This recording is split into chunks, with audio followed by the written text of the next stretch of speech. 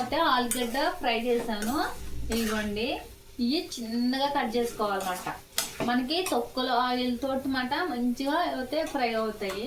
చూసారా, మనకి దేంట్లోకైనా నంచుకుంటానికి పోతే సూపర్ ఉంటాయి. ఇందులో నేను అయితే ఇప్పుడే వేగిన తర్వాత పసుపును సాల్ట్ వేస్తాను.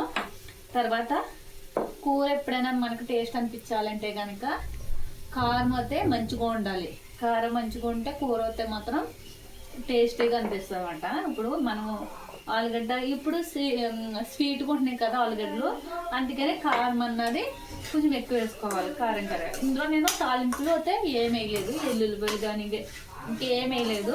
చూస్తారా, ఇంక ఒకటే కారం, పసుపు, సాల్ట్ వేసాను. ఆయిల్ ఆలుగడ్డలు ఇంకోటి చూడండి బాగా ఎగినాయి కదా. మనకి నంచుకుంటానికి పోతే దేంట్లోకైనా బాగుంటాయండి. ఓకేనండి, ఇవ్వండి చూడండి. ఓకేనండి, మీరు కూడా ఇలాగే ట్రై చేయండి. పిల్లలకు కూడా మనకి పెడతానికి కూడా చాలా మంచిగా ఉంటుంది. ఇలాగే పిల్లలకి డిఫరెంట్గా ట్రై చేసి పెట్టండి. ఓకేనండి, బాయ్.